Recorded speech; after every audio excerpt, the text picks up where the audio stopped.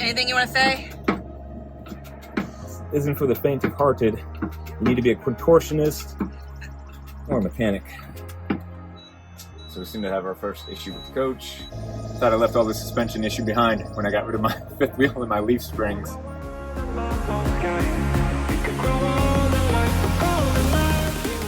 How you doing over there? I don't know. You gonna go for a home ride? Yeah, you think so?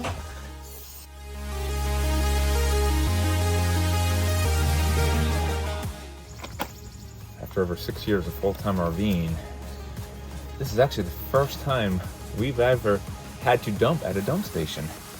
Ohio, the great state of Ohio. Go Michigan Wolverines! Yeah, go Buckeyes!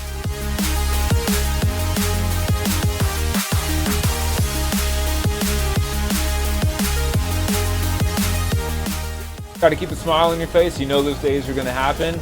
He didn't have a smile on his face. Not the entire time. I was proud of myself today. The You did a cuss great job. the cuss words were not flying as much as I thought they should have been.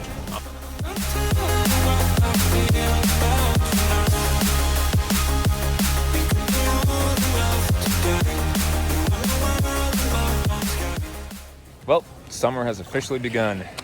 Officially the 21st, and we're officially on our summer trip. We are here in, see Corbin out there. We're here in Kentucky, like a recreation state park place for the next few days. We're gonna do Mammoth Cave, get together with some other people. We're gonna see family on this trip, but just really enjoying it out here. They've had so much rain and stuff that if you can see behind me, these are actually like campground sites. You can see the water spigots actually underwater, so this lake is pretty flooded right now. These trees are, you know, they're usually above ground and everything. That's obviously why they're still alive. But anyways, it feels great. I'm glad we're kind of like finally on a vacation. Yeah, we full-time out here. We're always on vacation, right? But early morning here, we're getting ready to head out, hit the road. We've been staying here in Kentucky by Mammoth Caves, doing some cave tours on our way up to Niagara Falls, and we've been staying at like an Army Corps of Engineer park, kind of like a state park. I'm sure a lot of you guys know about them. We've never really stayed in one before, and honestly, we don't really do state parks that much either. In the past, we either just didn't fit or didn't just kind of work with our time schedule. And what we're learning is that water management is kind of important when you don't have these sewer hookups. And we knew that coming in here, that we wouldn't have sewer. We'd have to kind of watch our grade. We're going to be here for 3 nights, and we only have one grade tank. It's a 64-gallon tank. So conserving water was something we knew we'd have to watch, doing dishes, taking showers, and things like that. We are on our, obviously, last morning here, and the tank is at 90%. So we've done pretty good. We know we can empty on the way out. Maybe we should start carrying one of those honey wagon things. I see a lot of people who have the little wagons hooked up, and they have their sewer lines hooked right up to them. So they're kind of just, you know, filling those up, taking them up to the sewer dump stations. Something we've never had to do before, but we might have to maybe get one of those just to help out if we're going to be doing more parks like this.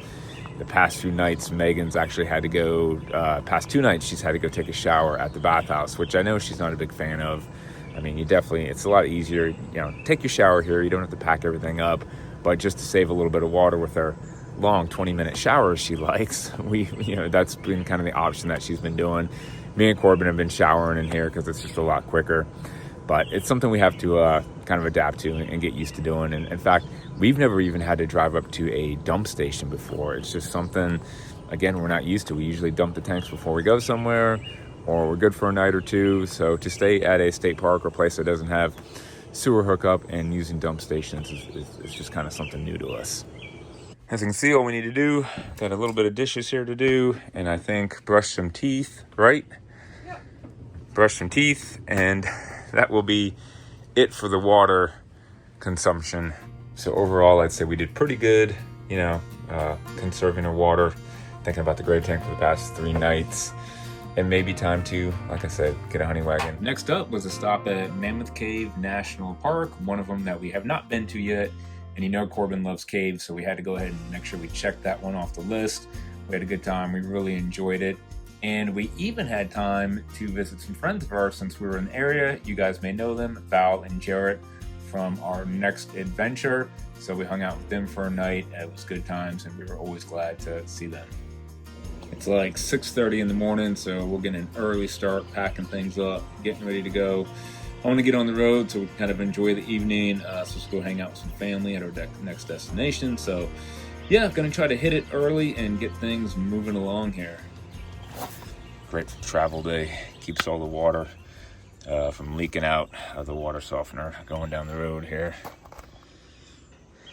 You guys know how I have that super awesome hose shark that I usually use, the Blue Technology hose shark, which is a quarter turn to quick connect. You just put it on, do a quick twist, and it's connected. Well, I couldn't use that here. As you can see, these water bibs have like 2 threads. Because there's like no threads there, that quarter turn hose shark just didn't work on here, so I had to put a regular quick connect on here and screw that on. But let's go ahead and get this stuff broken down.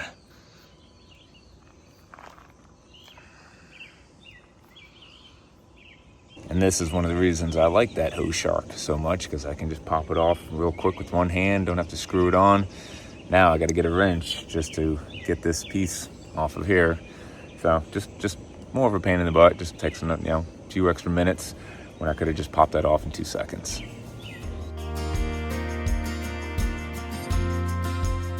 So what are we doing? So, believe it or not,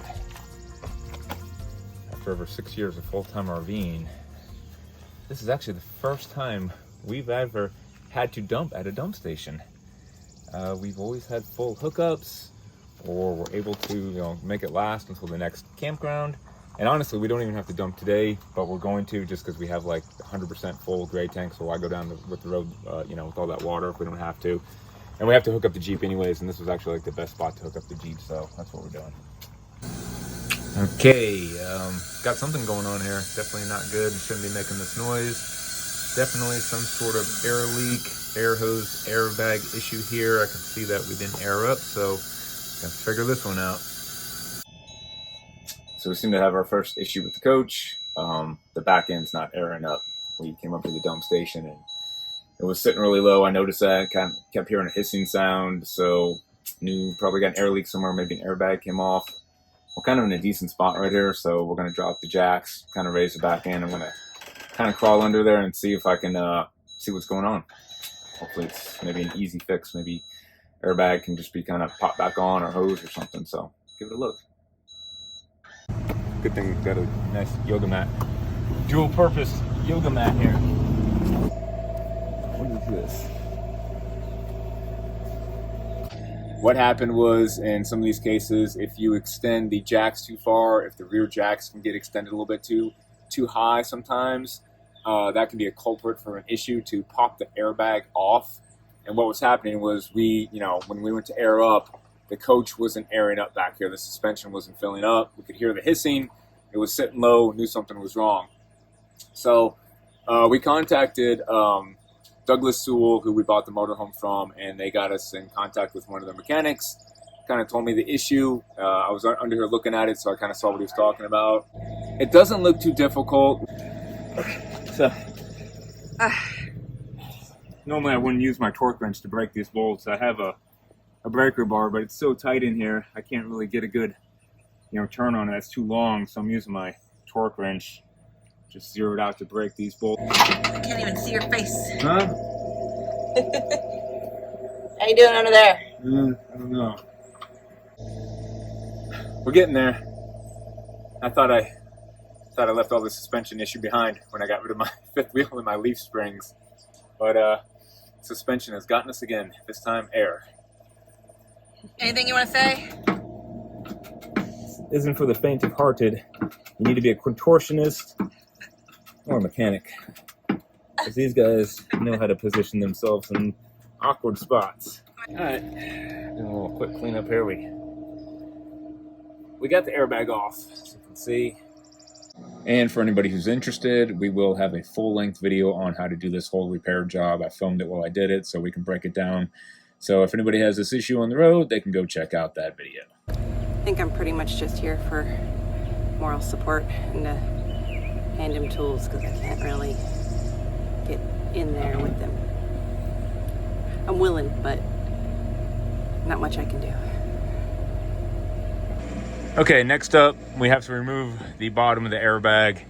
You can see it's got 2 bolts, one here, one here. We're gonna remove that, pull this piece out, get the airbag put back on this, and then reattach everything.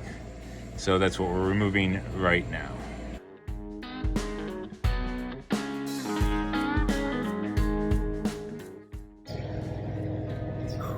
Okay, we got everything put back together. Got the air line put back on, everything tightened back down. Yeah, we're gonna go ahead and turn on the coach, retract the jacks, see if this thing airs up. After what? I think it's been 3.5, 4 hours. Yeah, a lot of that was kind of, you know, researching what to do a little bit.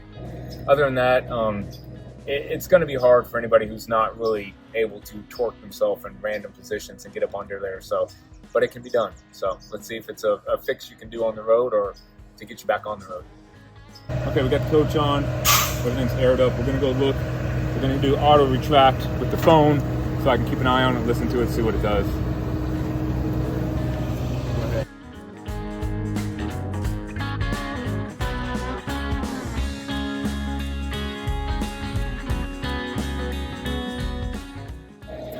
Okay, job's all done. You guys can see we're aired up. The bags look good.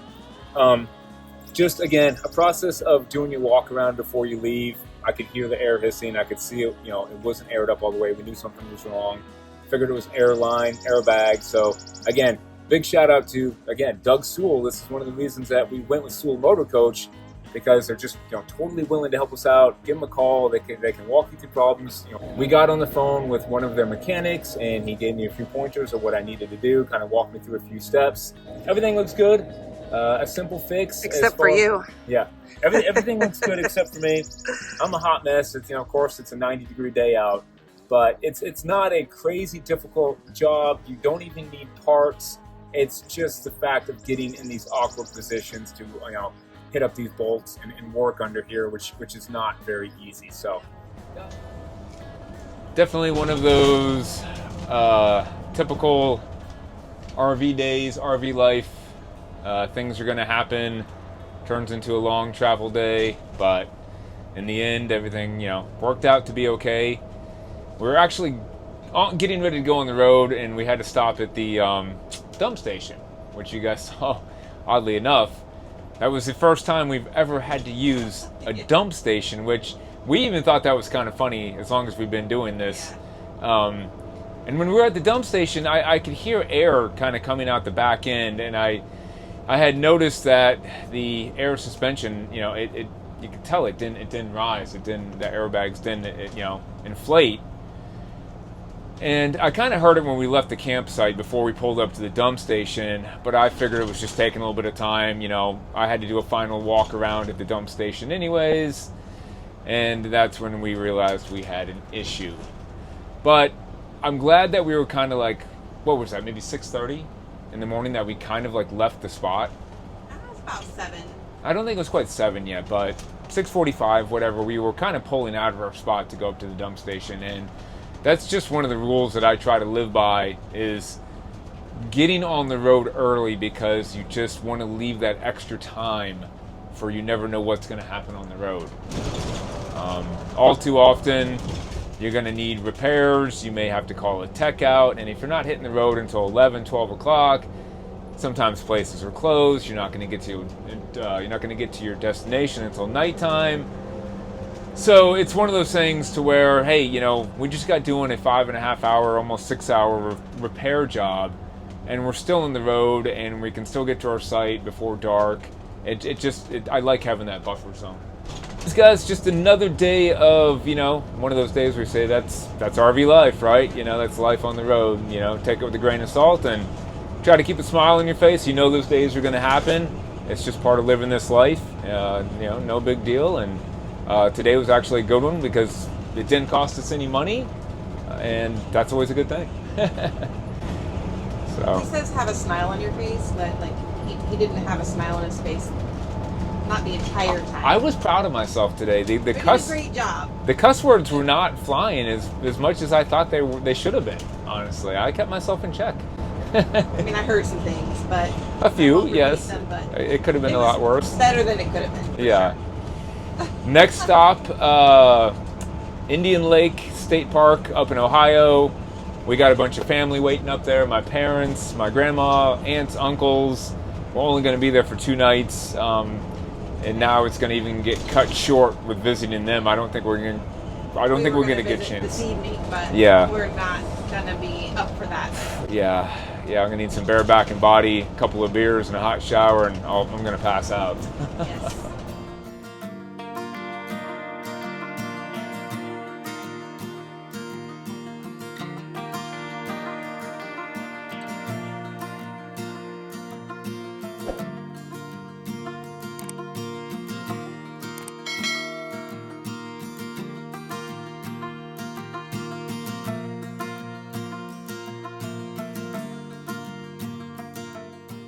About We're to gonna put our shove this camera Ohio- somewhere. What? Go ahead. We're going to put our Ohio sticker on since we're in Ohio. We're here with family. And this is, as many times as we've been in Ohio, we've never stayed a night. So there we go. Ohio. The great state of Ohio. Go Yay! Michigan Wolverines. Yeah, go Buckeyes. Oh man. Go Buckeyes. All right. You guys are you're gonna be on a video.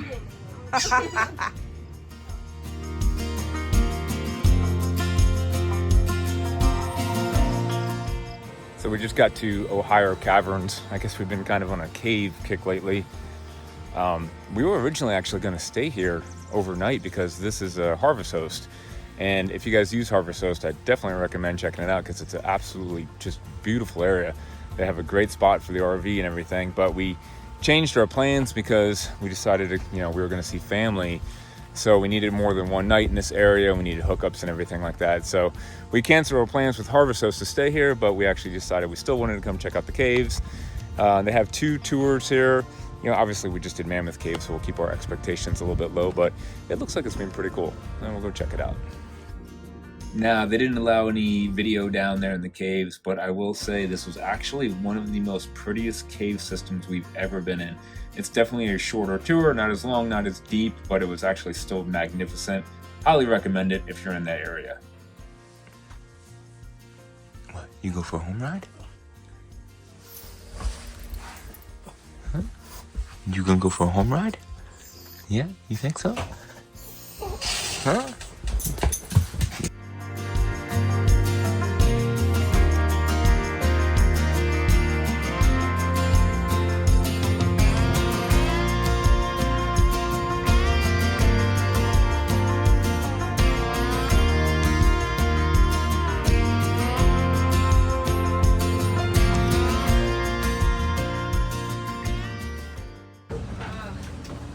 So embarrassing. That happened and it beat you with this road. What are you two doing? Oh, don't worry. Hi. Hey, you come give me a hand with the water and sewer? Yeah. All right, let's do it. Just got to campground, and what are we having for lunch? Breakfast for lunch. We're having jalapeno, olive, and onion omelets, bacon, some kind of muffins. What kind of muffins? Yeah, Bacon? berry muffins. Yeah. So if that sounds like a good combination, let us know. Some berry muffins with some jalapeno, olive, onion, cheese omelets, bacon. Yeah. This is what you do when you just get to the campground and just start going through the fridge, figuring out what sounds good, right? 18th century by Bohemian king. And so what's going on here in World War II? I thought we were making omelets. What's that? What's that? Burrito. I was gonna say, it looks more like a burrito. Yeah, you done missed it. So we had some downtime on our trip here, and I thought it'd be a great time to finally get this flagpole buddy installed. Now, if you've seen some of our older videos, when I say older, I mean about 4 years ago, you may have noticed that we've had the flagpole buddy before. So we had the older version of the flagpole buddy, which we absolutely loved. It's a fiberglass pole. It was, I believe, a 16-foot pole, and it was really great. We loved the flagpole buddy, but we were ready to upgrade to their new product, which is this right here. And now we have the 22-foot extreme flagpole buddy. And the difference mainly is, obviously this one is 22 foot, so it's going to be taller. They both flew 2 flags, but what's great about this one, their extreme, is it is still fiberglass, but it's double the thickness of the flagpole buddy that we used to have. Don't just tighten one side. Don't tighten one bolt all the way. You want to try to make sure that it looks like it's going to be nice and even, nice and straight on here. Stay, but where can I go?